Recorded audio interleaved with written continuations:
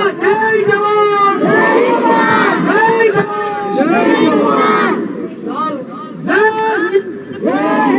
అందరికీ నమస్కారం. చాలా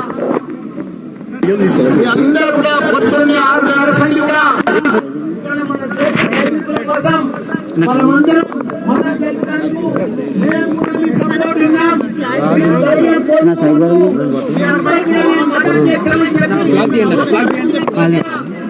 మల్లారెడ్డి హెల్త్ యూనివర్సిటీకి వెళ్ళి పెద్ద ఎత్తున డాక్టర్లు కానీ ప్రొఫెసర్లు కానీ టీచర్లు కానీ మా నాయకులు కానీ అదే కానీ మా పెద్ద హరిశంకర్ కానీ అందరూ కూడా మా టీఆర్ఎస్ పార్టీ తరఫు నుంచి కూడా అందరూ కూడా సైనికులకు మద్దతు ఉంటామని చెప్పి పెద్ద ఎత్తున ఈ రోజు ప్రోగ్రాం పెట్టుకున్నాం. ఏది ఏమైనా మనకు స్వాతంత్రం వచ్చి 75 సంవత్సరాలు అయింది.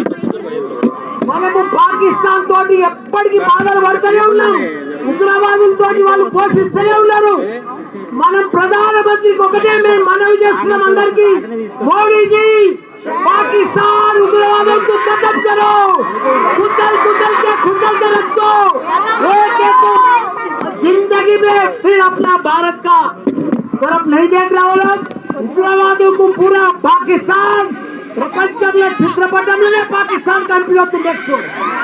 మనం 75 సంవత్సరాల మంది బాధపెడుతున్నారు. మనం ఇంకా భరించలేము. మనం ఇంకా ఓపిక లేదు మనకు. మన సైనికులు మన ఎంతో మంది ప్రాణాలు కోల్పోయారు. ఈ రోజు కూడా మన తెలుగు బిడ్డ మురళీ నాయక్ గారు చనిపోయారు. ఆయనకు కూడా పెద్ద ఎత్తున సంతానం. ఆయన మనం ఎంత ఇచ్చినా ఆయన లోటు తీర్చలేము. ఆయన కుటుంబానికి కూడా చెప్తున్నా, మనం మాత్రం ఇప్పుడు వదిలేదే లేదు. మన భారత సైనికులకు మొత్తం ధైర్యంగా మేము డాక్టర్లము, ఇంజనీర్లము, ప్రొఫెసర్లము, లీడర్లము, మా టీఆర్ఎస్ పార్టీ మొత్తం మీకు మద్దతు ఇస్తుంది. మీరందరూ కూడా పోరాడి ఆ ఉగ్రవాదులను మొత్తం ఖతం చేయాలని కోరుకుంటున్నా. జై జవాన్. ఇప్పుడు పెద్దలు గౌరవనీయులు మా హరీశ్లో మాట్లాడవలసిందిగా కోరుతున్నాను. జై భారత్, జై భారత్, భారత్ మాతా కీ జై Hind. Good morning to everyone. ముందుగా ఇంత మంచి కార్యక్రమాన్ని ఏర్పాటు చేసినటువంటి మల్లారెడ్డి విద్యాలయాలను గౌరవనీయులు పెద్దలు మల్లారెడ్డి గారిని, వివేక్ గౌడ్ గారిని, మేనేజ్మెంట్ ను నేను మనస్ఫూర్తిగా అభినందిస్తా ఉన్నాను. ఆపరేషన్ సింధూర్ కు మద్దతుగా తమ ప్రాణాలు లెక్క చేయకుండా పోరాడుతున్నటువంటి భారతదేశ సైనికులకు సంఘీభావాన్ని తెలియజేస్తూ ఈ కార్యక్రమాన్ని చేపట్టడం నిజంగా అభినందనీయం. మనము సైనికుల్లాగా సరిహద్దుల్లోకి వెళ్లి పోరాడలేకపోవచ్చు, కానీ పోరాడుతున్నటువంటి సైనికుల మనోస్థైర్యాన్ని పెంచే విధంగా వారికి సంఘీభావాన్ని తెలియజేస్తూ ఈ కార్యక్రమాన్ని చేపట్టుకుంటా ఉన్నాం. దేశం మొత్తం కూడా ఇలా 140 కోట్ల మంది ప్రజలు భారతదేశ సైనికుల్ని చూసి, మన మిలిటరీని చూసి గర్వపడతా ఉన్నారు.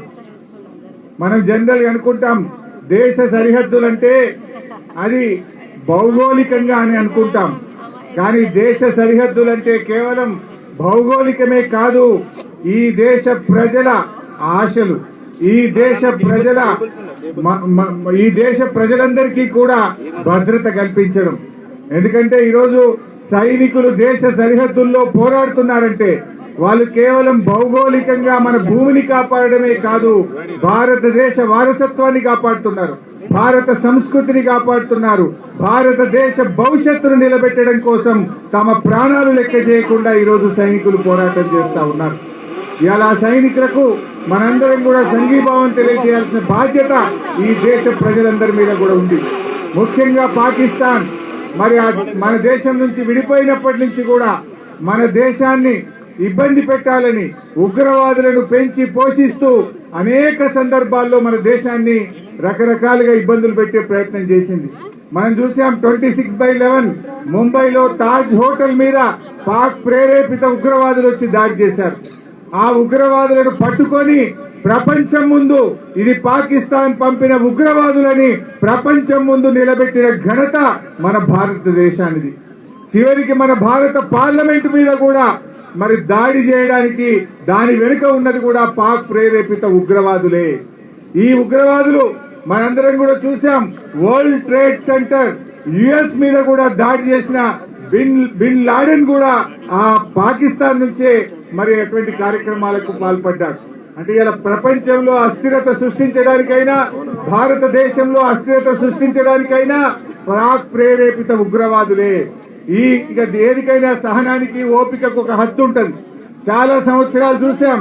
మొన్న పహల్గామ్ లో 26 మంది అమాయకుల మీద విచ్చలవిడిగా దాడి చేసి చంపడం ఈ దేశ ప్రజల మనసు కలిసివేసింది.